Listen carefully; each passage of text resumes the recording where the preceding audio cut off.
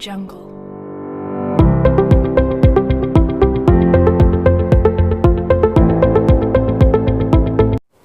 Hello everyone, welcome to Wi-Fi Learn. Today let's see the topic of electrical resistance. Resistance, as the name indicates, it resists the flow of current.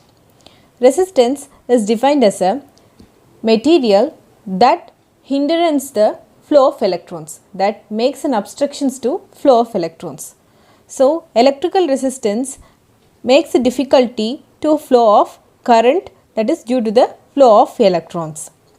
Resistance is a difficulty occurs in flow of electrons. This flow of electron will constitute a current. We all know that conductors will have free electrons, right?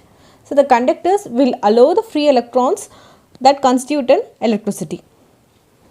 When does a conductor will constitute an electricity? We apply some potential difference across it.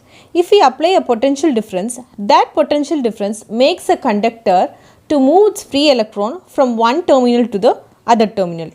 During this movement, these electrons collide with each other with an atoms and the molecules present in the conductor. That makes the obstructions to flow of the electrons in the conductor. Okay? Consider in this circuit, this has a conducting material, it has free electrons in it. Once you apply the potential difference, this electron will move from the negative terminal to the positive terminal of the battery. See, these electrons are moving this side in the electrical circuit. Assume this as a high resistance region in your electrical circuit. So, here there is an obstruction to the flow of electrons. Here in the resistance region, the electrons are moved very slowly because of the resistance. These electrons cannot be moved very fastly. See, in this circuit, the electrons are moving from negative terminal to the positive terminal of the battery. While reaching this resistance region, the electrons cannot move very fastly because of this resistance. This resistance will resist the flow of electrons. Right? These electrons are colliding with another atoms and other molecules present in the conductor material. So, it makes obstructions to move in this resistance region. Where in this low resistance region, the electrons can move very fastly. It can reach the other terminal of the battery or a potential difference. If electrical resistance is provided in a circuit, in that time the electrons will move only very slowly. This electrical resistance will resist the flow of the electrons, that reduces the flow of current. In an electrical circuit, resistance represented by using this symbol. Resistance are represented by using this symbol. And there is a relationship between the resistance present in the conducting material, that is in the electrical circuit, with the voltage and the current flowing in the circuit. Okay, the relationship between the resistance of the conducting material and the potential difference applied across the conducting material and the current flowing in the circuit has some relationship. See, the resistance will resist the flow of current, right? So, the resistance will be inversely proportional to the flow of current, right? Resistance resists the flow of current. So, the resistance and current are inversely proportional to each other. The unit of resistance is represented in ohm. Unit of resistance is ohm. Greek symbol given by the name of the scientist. A material is said to have a resistance of 1 ohms if 1 ampere current is passed through it. Where of current passed to it, passed into it. A resistance is said to have a 1 ohm if 1 ampere of current is passed through that material. Okay. Each materials have some resistance value. Depending upon its conductivity or depending upon its free electrons or depending upon its cross-sectional area and depending upon its material nature, resistance may vary. Depending upon certain parameters, resistance will vary. Conductor will have less resistance value because conductor have more number of free electrons. It has been used in the electrical circuit for the purpose of conducting electricity, right? So, normally conductors will have less resistance value when compared to the insulators and semiconductors. Let's see the parameters of resistance. Every material possesses resistance, right? Where conductors having good conductivity will possess less resistance value. Because it has more number of free electrons, it makes the free electrons move in the electrical circuit to conduct the electricity. So normally the material of the conductor will have less resistance. Whereas in the material with low conductivity which has high resistance, examples or comes under insulators. Insulator will have high resistance since it does not allow the flow of current into it. The measuring instrument that is used to measure the resistance is nothing but a ohm meter.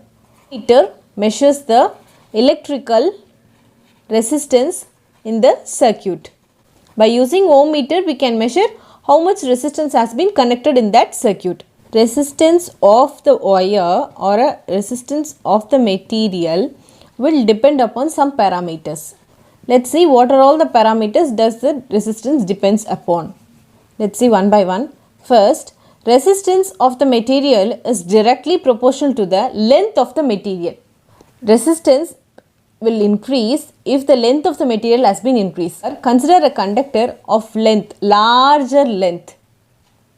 If you assume that you are going to apply a potential difference to this conductor, between these two terminals you are going to apply a potential difference. Assume this is a negative potential, this is a positive potential. Your electron has to move from this terminal to this terminal. It takes a longer distance to travel, right? By colliding each and other atoms present in the material, it makes a more obstruction. So, to travel the electron such a long distance, your resistance value will be more.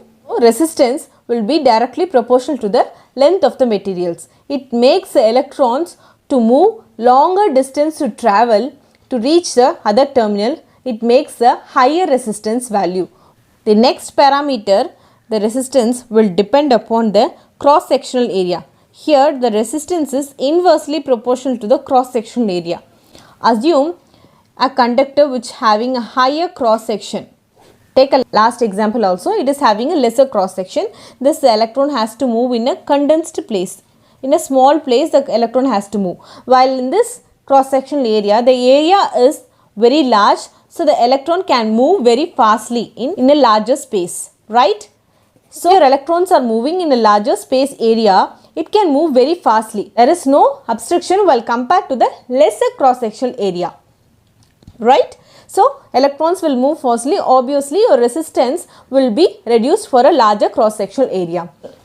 While comparing these two equations, your resistance is directly proportional to length of the material and inversely proportional to the cross-sectional area of the material.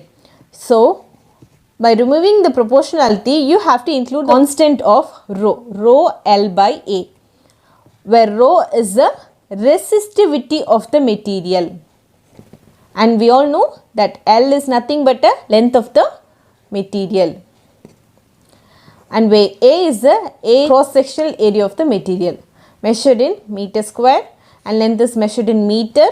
And let's see the unit of resistivity. Unit of resistivity is nothing but a ohm meter. It comes as ohm meter. These are the parameters that the resistance of the material or a wire or conductor depends upon. And one more parameter, that resistance will depend upon the temperature. If your temperature is high, resistance will also be high. Resistance is directly proportional to temperature. If the temperature of the material has been increased, then the material will comes in the rigid position that makes the electrons obstruction more. So, it makes a material to have high resistance will obstruct the flow of electrons or flow of current. So, the resistivity will increase if the temperature has been increased.